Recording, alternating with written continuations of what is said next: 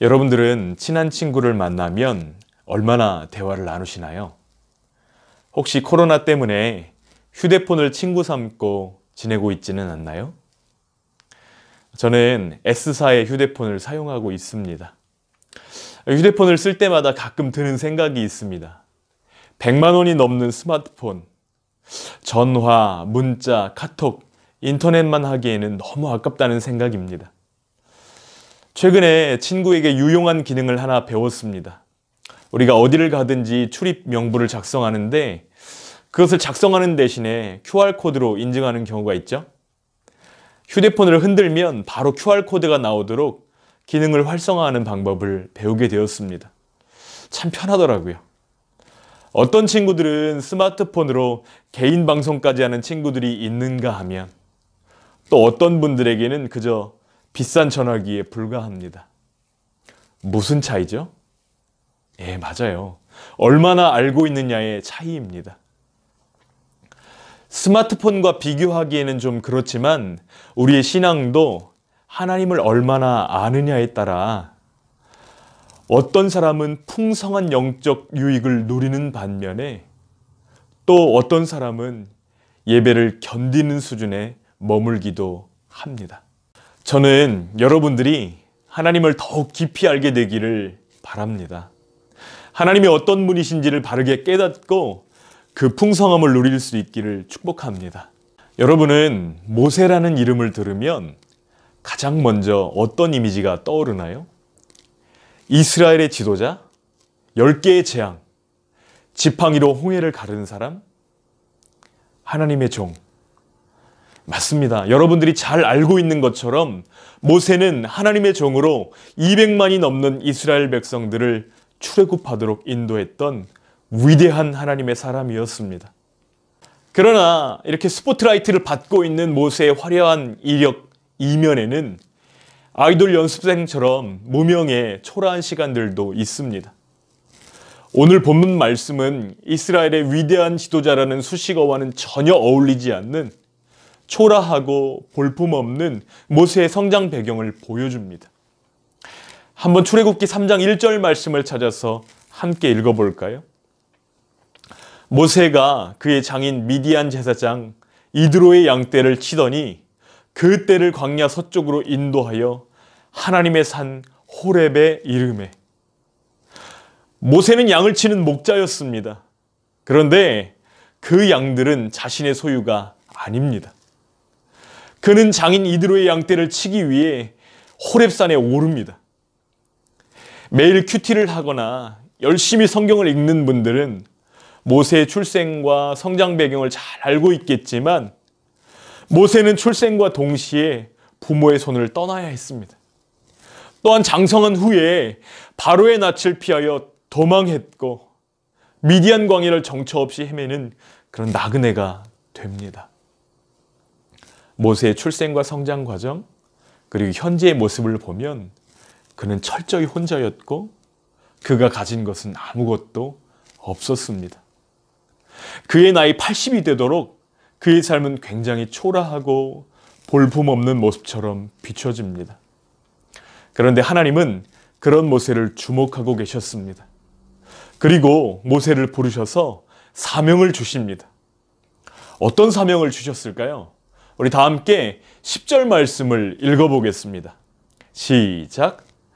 이제 내가 너를 바로에게 보내어 너에게 내 백성 이스라엘 자손을 애굽에서 인도하여 내게 하리라. 하나님은 모세를 불러 바로에게 보내 이스라엘 백성들을 인도하는 사명을 주고 계십니다. 모세 입장에서는 굉장히 두렵고 떨리는 그런 하나님의 부르심이었습니다. 젊은 날의 모세는 애굽에서 바로의 낯을 피해 자신의 생명 하나 부지하기 위해 애굽에서 도망쳤던 경험이 있습니다. 그런데 그런 모세에게 다시 애굽으로 돌아가라 뿐만 아니라 그곳에서 종살이하는 이스라엘 백성들을 인도해내라. 하나님은 말씀하십니다. 믿기지 않는 높은 부르심입니다. 여러분 모세 입장에서 한번 생각해 보십시오. 여러분이 모세라면 하나님의 부르심이 어떻게 들렸을까요? 11절 말씀을 함께 읽어보면서 모세의 심정을 살펴보았으면 좋겠습니다. 함께 읽어볼까요? 모세가 하나님께 아뢰되 내가 누구이기에 바로에게 가며 이스라엘 자손을 애굽에서 인도하여 내리이까? 모세의 답변은 이렇습니다. 하나님, 저는 바로의 낯을 피해 그 땅에서 떠나온 도망자입니다. 그리고 지금은 한낱 장인의 양떼나 치는 목동에 불과합니다. 그런 제가 다시 그 두려운 땅으로 가서 이스라엘 백성을 인도하라니요. 하나님은 제가 누군지 모르십니까? 저는 아무것도 없습니다. 그리고 아무 힘도 없습니다. 그러자 하나님은 다시 한번 모세에게 말씀하십니다. 하나님이 이르시되 내가 반드시 너와 함께 있으리라. 네가 그 백성을 애굽에서 인도하여 낸 후에 너희가 이 산에서 하나님을 섬기리니 이것이 내가 너를 보낸 증거니라 말씀하십니다. 하나님은 내가 너와 반드시 함께 할 것이고 너를 통해서 내 뜻을 반드시 이룰 것이라고 말씀하십니다. 그리고 하나님이 어떤 분이신지를 모세에게 알려주십니다. 하나님이 너를 보내셨다는 사실을 온 이스라엘 백성들에게 알게 하실 것이라고 말씀하시는 것입니다. 모세가 만난 하나님은 어떤 분이신가요? 하나님은 스스로 계신 분이십니다. 그 이름은 여호와이십니다. 히브리어로는 요드해, 바브해 네 글자로 표기합니다. 이스라엘 백성들은 이 하나님의 이름을 망령되이 일컫지 말라, 계명을 지키기 위해서 하나님의 이름을 발음하지 않습니다. 직접 발음하지 않고 주라는 뜻의 아도나이 이렇게 읽습니다. 그런데 여호와라는 이름은 하나님이 가장 좋아하시는 자신의 이름입니다. 그래서 14절에 하나님이 모세에게 이르시되 나는 스스로 있는 자다 이렇게 알려주시면서 너는 이스라엘 자손에게 이같이 말하기를 스스로 있는 자가 나를 너희에게 보내셨다 하라 이렇게 말씀하시는 것이죠. 스스로 있는 자, 영어로는 I am입니다. 무슨 뜻이죠? 세상의 모든 신들은 사람들이 만든 신이지만 나는 스스로 존재한다 라는 의미입니다. 모든 존재에는 인과 법칙이 적용되지만 스스로 계시는 하나님께는 원인이 없다는 것입니다. 오히려 그 모든 원인을 존재하게 하시는 분이라는 의미입니다. 세상에는 딱 두 종류의 신만이 존재합니다. 사람에 의해 만들어진 신과 사람을 만드신 하나님이십니다. 여호와 하나님만이 유일하신 참 하나님이심을 잊지 말아야 합니다. 여호와 하나님만이 참 신이심을 고백하며 신뢰해야 합니다. 그렇게 할 때에 참된 삶을 살 수 있기 때문입니다. 스스로 계신다는 말은 내가 너를 위해서 거기 있겠다라는 뜻이기도 합니다. 7절 말씀을 보면 여호와 하나님께서 어떻게 일하시는지를 알려주고 계십니다. 이렇게 말씀하셨거든요. 함께 읽어볼까요? 나는 내 백성이 이집트에서 고통당하고 있는 것을 보았고 또 이집트의 노예 감독들이 내 백성을 때릴 때에 그들이 울부짖는 소리를 들었다. 나는 그들이 얼마나 괴로워하는지를 알고 있다. 여러분 동사만을 찾아서 거기 동그라미 해볼까요? 보고, 듣고, 아신다. 여호와 하나님이 나를 보시고 여호와 하나님이 나의 기도를 들으시며 나를 아신다고 말씀하십니다. 이스라엘 백성을 구원하시고 인도하시고 보호하시는 하나님은 초월하시는 하나님이시지만 우리에게서 멀리 계신 분이 아니십니다. 사람의 몸을 입고 이 땅에 오셔서 우리의 비참함 속에 우리의 삶 속으로 들어오시는 분이십니다. 그래서 요한복음은 예수님이 자신을 소개하실 때 I am 이렇게 말씀하십니다. 나는 생명의 떡이니 I am. 나는 양의 목자니 I am.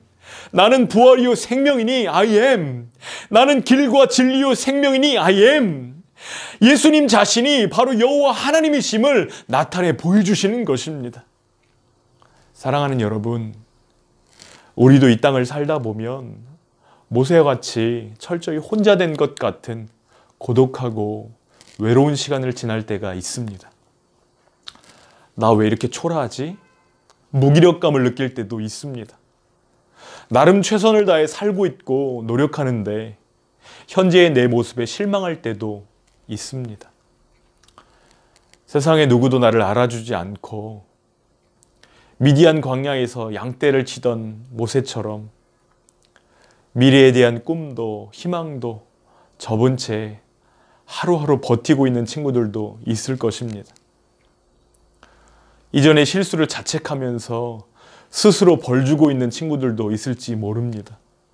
그런데 사랑하는 여러분, 그 외로움과 고독한 시간 속에 모세를 찾아오셨던 하나님은 오늘 우리를 찾아오십니다.